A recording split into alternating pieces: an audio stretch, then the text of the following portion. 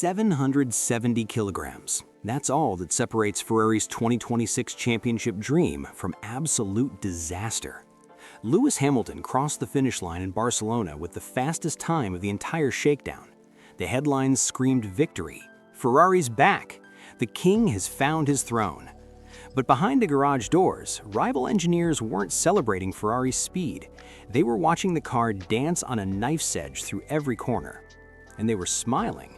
Because in Formula One, the fastest lap means nothing if the car beneath you is one setup change away from catastrophe. So here's the question nobody at Maranello wants to answer. Did Hamilton just make the biggest mistake of his career? And more importantly, does he already know it? February 2026, Barcelona testing. Ferrari arrives with the SF-26, a machine so light it sits just 2 kilograms above the legal minimum. Lighter than Mercedes, sharper than anything Lewis has driven in years. On paper, it's perfection. But perfection doesn't spin 360 degrees in turn 10. Multiple sources reported Hamilton experiencing critical oversteer moments, not minor slides, not gentle corrections, full loss of rear-end stability at medium speed, the kind of behavior that doesn't happen when a 7-time world champion is exploring limits. Sky Sports analysts didn't mince words. Rival engineers from Mercedes and Red Bull watched Ferrari's telemetry and came to the same conclusion. Fast, but not constant. The car moves too much. And here's where it gets worse. Ferrari's solution to their historical understeer problem, an active aerodynamic system that adjusts front and rear wings independently, redistributing downforce mid-corner in calculated sequences. Cutting edge? Absolutely. Stable? Not even close. Because what Hamilton discovered in Barcelona is that this car doesn't just change behavior from track to track, it changes behavior corner to corner, sometimes within the same corner, depending on which charging mode the hybrid system is running. For a driver who spent years trusting the predictability of Mercedes engineering, this isn't just frustrating, it's terrifying. But that was just the start. Ferrari ran 14 different setup combinations across 3 days. 14 attempts to find a window where the SF-26 stopped behaving like a caged animal. Nothing worked. The team changed rake angles, modified rear suspension geometry, rewrote engine maps, and still, the car was brilliant when everything aligned perfectly, but fragile the moment conditions shifted even slightly. And then came the admission nobody wanted to hear. Haas driver Esteban Ocon revealed that during qualifying simulations, the moment when drivers should be flat out with zero compromise, he had to lift and coast, not to save tires, not to manage fuel, to keep the battery alive. Because under the 2026 regulations, staying full throttle down the straight is like pulling the handbrake at the end. The MG UK cuts out above 345 kilometers per hour, and if you don't lift early, the battery depletes before the lap ends, which means no electrical assistance through the final corners. Now think about Charles Leclerc. The same driver who at Singapore 2025 received lift and coast instructions 16 times in 62 laps. The same driver who exploded on team radio about performing 200-meter lift sequences on every lap. In 2026, that discipline isn't a race strategy anymore. It's mandatory on every flying lap, in qualifying. Ferrari just built a championship car around the one driving style Leclerc publicly hates.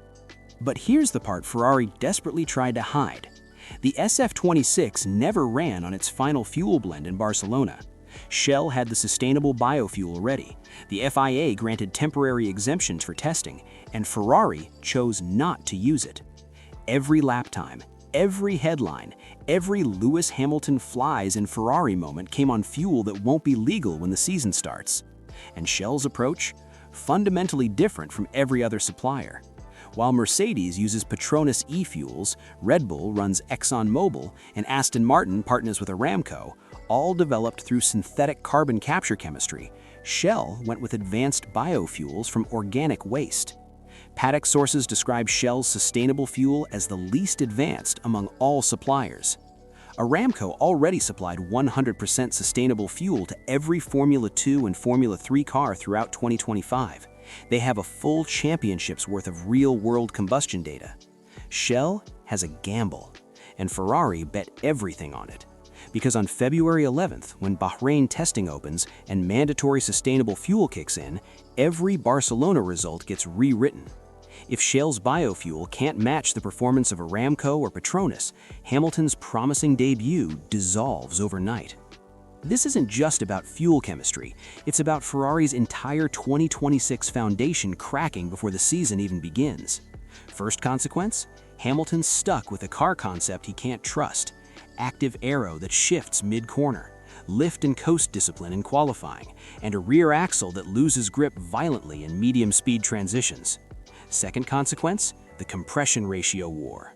Ferrari, Audi, and Honda sent a joint letter to the FIA before Christmas accusing Mercedes and Red Bull of exploiting loopholes, running systems that expand under heat to reach 18:1 ratios during races while passing cold inspections at the legal 16:1 limit.